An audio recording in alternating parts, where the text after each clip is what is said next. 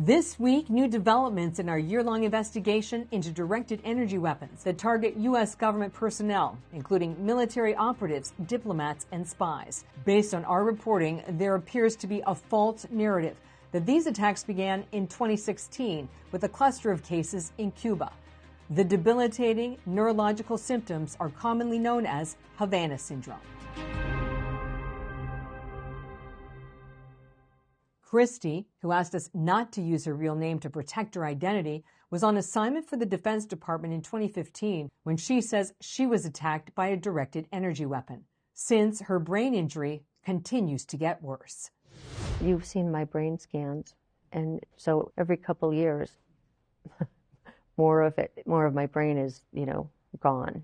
I wanted to come and speak to you, with you on camera, to preserve what I can, while I can, before I entirely disappear. We sat down with Christy, who told us the attack happened at a hotel in the former Yugoslavia, and the attack unfolded like a spy novel. The last night I was there, I was followed. What happened next? When I got back to the hotel, there was someone in the lobby that was a different person that I just noted and thought was creepy. And outside of my hotel room door, there was a service panel on the wall right outside my door. The service panel door was open about an inch or an inch and a half. I didn't look in it. I just noticed that it was open. I didn't touch it. And ahead of me, at the end of the hall to the left, was a stairwell door. And the door was swinging shut, as though somebody had just gone through the door. This is the elevator? Yeah, okay. And that's my room. Christy showed us this hotel floor plan and suspects the attack was triggered from a service panel in the hotel hallway. What happened inside your room? When I got on my computer, instead of sort of firing up normally, it just got blue and yellow static, big zigzag static. And then it got what they call the blue screen of death. Were you attacked by a directed energy weapon? Yes. No question in your mind? No. Is there a classified report about the incident? Yes. Where is the classified report? DIA has it. The Defense Intelligence Agency? I believe so, yes. When you got back to the United States, were you hospitalized? Yes. I was really sick when I got back. I was, back and forth to the doctor all the time. Were you in the ICU? Yes. I was in the ICU for probably 5 days or so. I was in the hospital for about 2 weeks. As part of our year-long investigation, we spoke with a nationally recognized expert in directed energy weapons, who told us the brain injury does not stop with the initial attack. I think the easiest way for a layperson to understand what particularly rapidly pulsed microwaves could do is to think about something like Wi-Fi connections in a cellular phone. So if you were to take your phone and put it in the microwave oven for a second or 2 seconds, you would take the phone out and structurally it would look fine. It would seem that it would be working just fine for you on some levels. But the actual sophistication of that phone would have been changed as a consequence of the microwave damage. And not only will it change then, but that change is durable and characteristically progressive. That's what a directed energy weapon attack does. Yes, ma'am. It fundamentally disrupts the brain network. Yes, ma'am. And can cause brain cell death. Yes, ma'am. It can cause both brain cell death and change in the functional ability of various cells and nodes in the brain to be able to maintain the networks that are so vital to our thought, our emotions, and our behaviors. When a directed energy weapon attack happens, is that the end of the damage? The problem with directed energy attacks, like many things that can happen to the brain, is that the initial insult, the injury itself, is nothing more than the first snowball that then leads to the avalanche. The injury to the brain impairs the brain's ability to not only function at the time of the injury and thereafter, but to compensate effectively. So then you begin to see a cascade of effects. Throughout our investigation, we spoke with a dozen Havana syndrome survivors, and like Christy, they allege there's an intentional effort by some elements of the U.S. government to downplay the severity of their injuries and cast doubt on the cause. These are your brain scans that you shared with our team. The red flags abnormalities. Some parts of your brain are very small, and some parts are enlarged. When you saw these brain scans, did they validate the suffering you're experiencing? It does explain some of my day-to-day confusion, yes. I saw a diagnosis on my latest MRI. It's where you get holes in your brain, where it usually happens to premature infants, but you don't get it as an adult unless you had a stroke or you were in a coma or something. Christy shared these photos from before the attack, including her government assignments. And now even the most basic tasks like balancing can be overwhelming. What have some Walter Reed staff shared with you? The first doctor that I had at Walter Reed told me that she had to keep her job, and that's why they had to minimize some of the the documentation. Was the doctor telling you that they had to avoid a paper trail? That was definitely the understanding that was being conveyed, yeah. Was there an effort to minimize the nature of the injuries? Yes. For yourself and others? I can say yes, and I can definitely say that that's been told to me by other people as well. While Christy emphasized she is grateful for the care she receives, she said the denials got worse under the Biden administration. Other Havana syndrome survivors have had the same experience. Yes. That there's been an effort to minimize their injuries in the medical charts. Yes. What explains it? It's part of this larger effort to create a narrative that these injuries aren't real. A CIA whistleblower who spoke exclusively with our team backed up these accounts. She called it government gaslighting. You were attacked. Yes. You were attacked by an energy weapon. Yes, a directed energy weapon. My ear started hurting. I started having vertigo. The room was spinning. My head started pulsing. Like, it hurt so badly. And I had a ton of pain in my left ear. And my ears started ringing. And I thought I was going to pass out. And I heard a weird noise. It was a really weird sound that I'll never forget it. And after about a second or two, I felt it in my feet, kind of like the reverb from a speaker. So you're feeling a I heard a noise, a weird noise, and then I felt it. So what do you think the weapon looks like? I think that there are probably multiple weapons. I think there are weapons that can be fit in backpacks, ones that can be fit in the trunks of cars, ones that can be planted at a position with line of sight to people from across the street. Merriam-Webster defines gaslighting as psychological manipulation that causes the victim to question the validity of their own thoughts. Did the CIA gaslight you? It was designed to make us think ourselves are crazy and to question our own injuries. Did you expect more from the CIA? 100%. We swore this oath, and every day I watch them continue to deny people's humanity and their injuries. Is it reasonable to think that the intelligence community doesn't want to acknowledge a foreign adversary? Yes.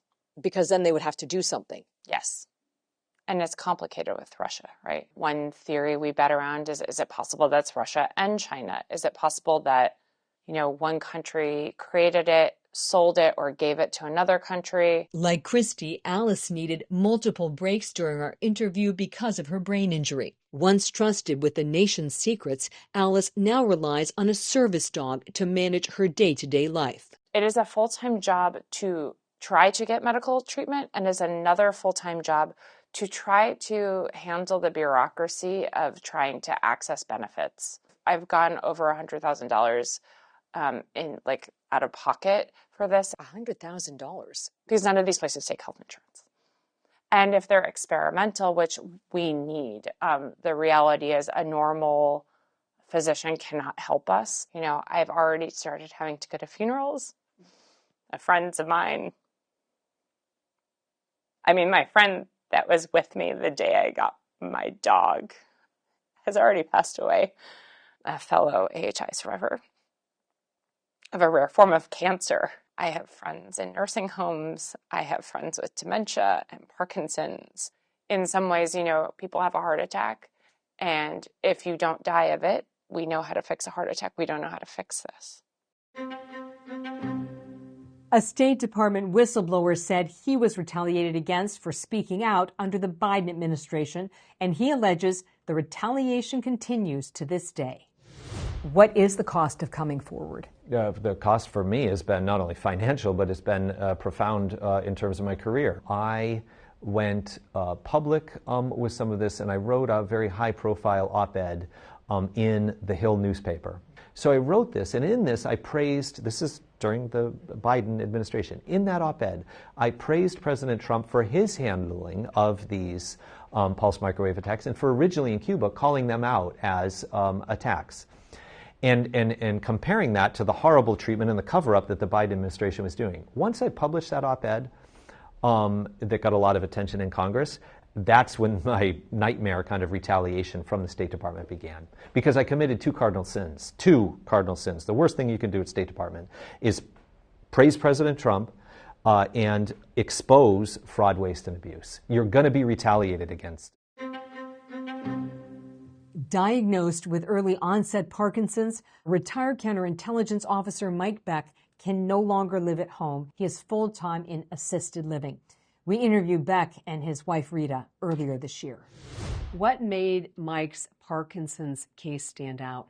Well, it's very unusual because he was a young onset. He was only 45. It's usually 70s, 60s, late 60s to be diagnosed. Did he have any of the typical signs of Parkinson's? No. His first sign that I noticed was his anxiety. He never had the tremor. He still doesn't have a tremor. So you've had a Parkinson's diagnosis and then more recently a diagnosis of dementia. Is that a secondary consequence of the Parkinson's? Yes. Are you frustrated? Are you looking for the words? Yes, it's very frustrating. I always wanted to have my A game on for work assignments until I got hurt.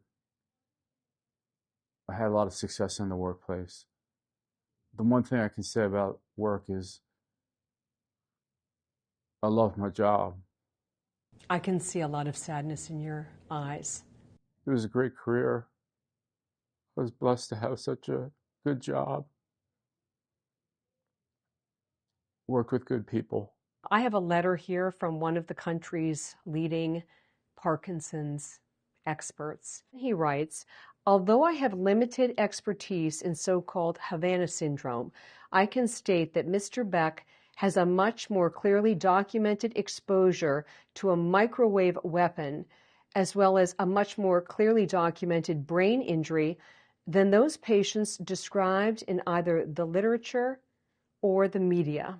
Mr. Beck clearly merits the recognition that his Parkinson's disease and its associated symptoms are due to his government service." We'd applied for workers' compensation, and the agencies involved did everything they could to not approve my application. You were denied 3 times for workman's comp. Right. Did you finally get workman's comp? The benefit we received was they will pay for Mike's assisted living. You shared one of the bills for the assisted living with our team, and it says there's a balance due of over $25,000. Is the government paying Mike's assisted living on time? No. No? No. How many months behind is the U.S. government on its payments for Mike's assisted living? 3 months behind. Does that just create more anxiety? It does. It's scary. I mean, I don't know how long, when am I going to get the call that says you're going to have to pay this because we still haven't gotten a check? And it'd be devastating because, we're not living on a whole ton of money. In response to our reporting about Mike Beck, the Trump administration responded and his workers' comp got paid in full. The nation's top intelligence official, the Director of National Intelligence, Tulsi Gabbard, committed to initiating a new investigation. There's no question that these incidents are documented before 2016, and for those affected and their families, the struggle for recognition has been overwhelming. Is it fair to assess that it's an effort to minimize the number of cases, minimize compensation, and avoid having to take action against a foreign adversary? That could be the reason. What do you think? The outcome is that it's a foot on the throat of people who have been injured before 2016 and will not come forward because they don't think that they will be believed. That sounds like a government cover-up. Is it a government cover-up? I wouldn't say it's a whole of government cover-up, but it's a cover-up by certain elements inside the government, certain bad actors. Even with the change of administration, Christie and other Havana syndrome survivors are still waiting for a full recognition of their injuries and the cause. I think that just because the heads of the agencies have changed or departments have changed doesn't mean that the actors deeper within the bureaucracy have changed, and that some house cleaning needs to take place. Taking on directed energy weapons is a difficult investigation. You need very strong national security and intelligence contacts. You also have to be willing to dig through hundreds of pages of government documents to verify the facts. You also have to be willing to open your heart to these injured personnel and their families, to really understand their suffering and this sense of betrayal, that the government has gaslit them over the severity of their injuries and the cause of these attacks. This is the kind of reporting you can expect on Straight to the Point. I'll see you next time.